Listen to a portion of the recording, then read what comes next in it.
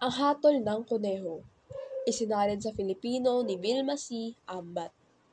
Noong unang panahon, nang ang mga hayop ay nakakapagsalita pa, may isang tigreng naghahanap ng pagkain sa gubat. Sa kanyang paglilibot, nahulog siya sa napakalalim na hukay.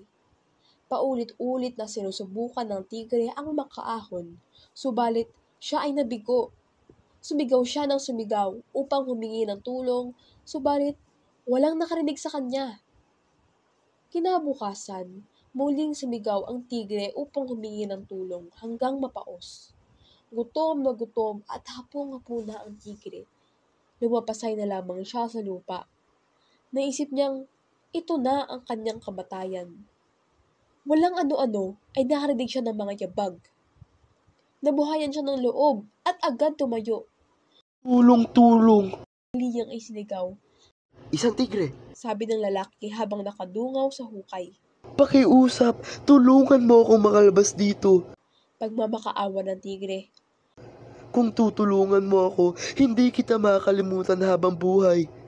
Naawa ang lalaki sa tigre, subalit naisip niyang baka kainin siya nito. Gusto sana kitang tulungan, subalit nangangamba ako sa maaaring mangyari.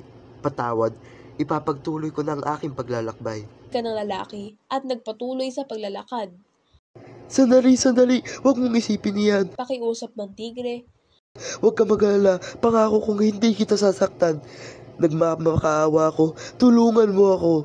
Kapag ako ay nakalabas dito, tatanawin kong malaking utang na loob. Labis na nakakaawa ang tinig ng tigre, kaya bumalik ang lalaki upang tulungan ito. Nakahanap siya ng troso at dahan-dahan niyang ibinaba sa hukay. Gumapang ka dito. Sabi ng lalaki. Gumapang ang tigre sa troso hanggang makaahon sa hukay. Nakita ng tigre ang lalaking tumulong sa kanya. Naglaway ang tigre at naglakad paikot sa lalaki. Sandali, hindi ba nangako ka sa akin na hindi mo ako sasaktan? Ito ba ang paraan mo ng pagpapasalamat at pagtanaw ng utang na loob? Tumbat ng lalaki sa tigre. Wala na akong pakialam sa pangakong iyan dahil naugutom ako. Hindi ako kumain ng ilang araw. Tugon ng tigre. Sandali, sandali. Ang pakiusap ng lalaki. Tanungin natin ang puno ng pino kung tama bang kainin mo ko. Sige, Ang wika ng tigre. pero pagkatapos natin siyang tanungin, kakainin na kita. Gutom na ako. Liwanag ng tigre at ng lalaki sa puno ng pino ang nangyari. Anong alam ng tao sa pagtanaw ng utang na loob? Tanong ng puno ng pino. Bakit ang mga dahon at sanga namin ang kinukuha niyo upang mapainit ang inyong mga tahanan at maluto ang inyong mga pagkain? Mga taon ang binibilang namin upang lumaki. Kapag kami malaki na pinuputol niyo, ginagamit niyo kami sa pagpatayo ng inyong mga bahay at pagbagawa ng inyong mga kasangkapan. At isa pa, tao rin ang humukay ng butas na iyan. Utang na loob. Huwag ka na magdalawang isip, tigre. Sige, pawiin mo ang iyong gutom. Oh, anong masasabi mo dun? Tanong ng tigre habang nananakam at ninungusuan ng lalaki. Sa mga sandaling iyon ay dumaan ang isang baka. Hintay, hintay. Pakiusap ng lalaki. Tanungin natin ang baka sa kaniyang hatol. Sumang-ayon ng tigre at ipiniliwanag nila sa baka ang nangyari. Hiniling ng dalawa ang opinyon ng baka. Sa ganang akin, walang duda sa kung ano ang dapat gawin.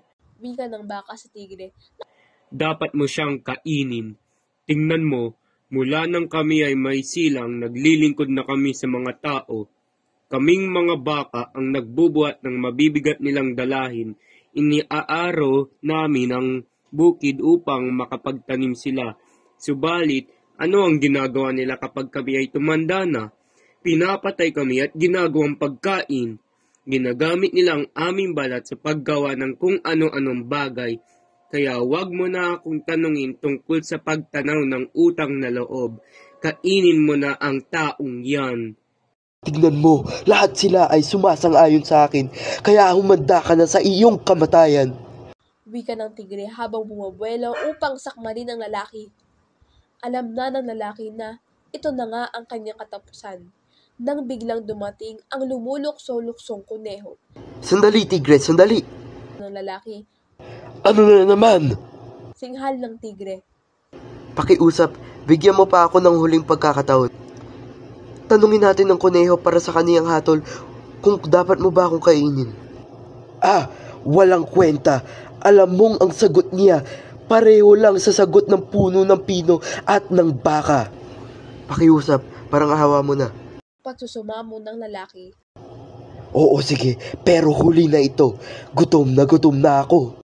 Sagot ng tigre. Isinalaysay ng tigre at ng lalaki ang nangyari. Matamang nakinig ang kuneho. Ipinikit ang kanyang mga mata at pinagalaw ang kanyang mga mahabang tainga. Pagkalipas ng ilang sandali, muli niyang idinilat ang kanyang mga mata. Malumanay at walang ligoy na nagsalita ang kuneho. Naiintindihan ko ang inyong isinasalaysay. Subalit, kung ako ang magpapasya at nagbibigay ng mahusay na hatol, dapat tayong magtungo sa hukay. Muli niyong isalaysay sa akin ang nangyari. Ituro niyo sa akin ang daan patungo doon. Ika ng kuneho. Itinuro ng tigre at ng lalaki ang hukay sa kuneho. Tignan natin. Sabi mo nahulog ka sa hukay. At ikaw naman ay nakatayo dito sa itaas. Wika ng kuneho sa tigre at ng lalaki. Pumunta kayo sa mga posisyon nyo noon upang mapag-isipan ko pang mabuti ang aking hatol. Tumalon agad ang tigre nang hindi nag-iisip. Ang nais lamang niya ay matapos agad ang usapan nang makain niya na ang tao.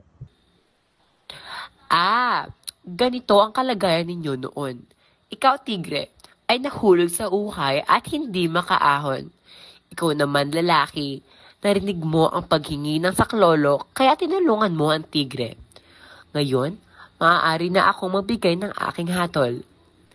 Ang problemang ito ay nagsimula ng tulungan ng tao ang tigreng makalabas sa hukay. Paliwanag ng kuneho na tila may ibang kausap. Ibang salita, kung ang tao ay hindi nagpakita ng kabutihan at iniwan ng tigre sa hukay, walang naging problema. Kaya naisip ko na magpatuloy ang tao sa kanyang paglalakbay at dapat na manatili ang tigre sa hukay. Magandang umaga sa inyong dalawa. Wika ng matalinong kuneho at nagpatuloy sa kanyang paglukso.